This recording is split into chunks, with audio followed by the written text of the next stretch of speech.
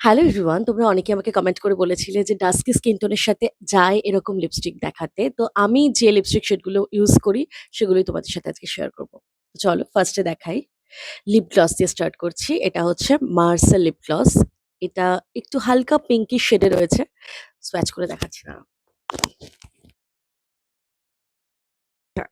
আচ্ছা, নেক্সট যেটা দেখাবো সেটা হচ্ছে আমি গ্ল্যাম 21 এর এই লিপস্টিকটা। এই কালারটা আমার ভীষণ পছন্দের। এইজন্য আমি এটাকে ছাড়তে পারি না। এটা একদম নেইও প্রায় শেষের দিকে। বাট এই ক্রেয়নটা আমার মোস্ট ফেভারিট। কফি 15 এটার নাম। এটা ভীষণ লং লাস্টিং প্লাস নন ট্রান্সফার। একদমই তাই। এটা ভীষণ ভালো লিপস্টিক। যে কারণে এটা আমি ছাড়তে পারি না। থার্ড যেটা দেখাচ্ছি সেটা দুটোই হচ্ছে ইনসাইড কসমেটিক্স এর এই কালারটা, যেটা হচ্ছে শেড নাম্বার 6। ইনসাইড কসমেটিক্স এর এই লিপস্টিকগুলো একদম বাজেট ফ্রেন্ডলি। এগুলো ৳১৪৫ মতো দাম। ভীষণ ভালো। আরেকটা হচ্ছে এই কালারটা, যেটা হচ্ছে শেড নাম্বার 13। এটাও ইনসাইড কসমেটিক্স।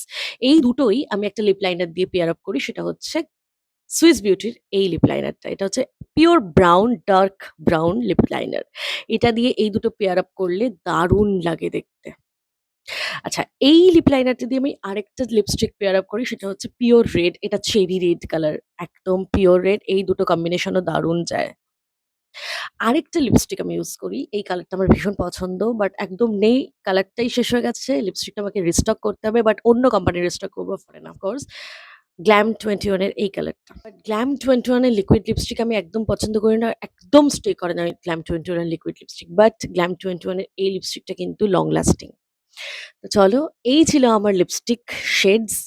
তো এগুলোই আমি এপ্লাই করি। এর বাইরে খুব একটা আমি কিছু এপ্লাই করি না। ট্রাই করিনি আমি কোনোদিন। যদি করি সেটাও তোমাদের সাথে শেয়ার করব অবশ্যই। তো চলো, এইটুকুনি ছিল আমার। বাই।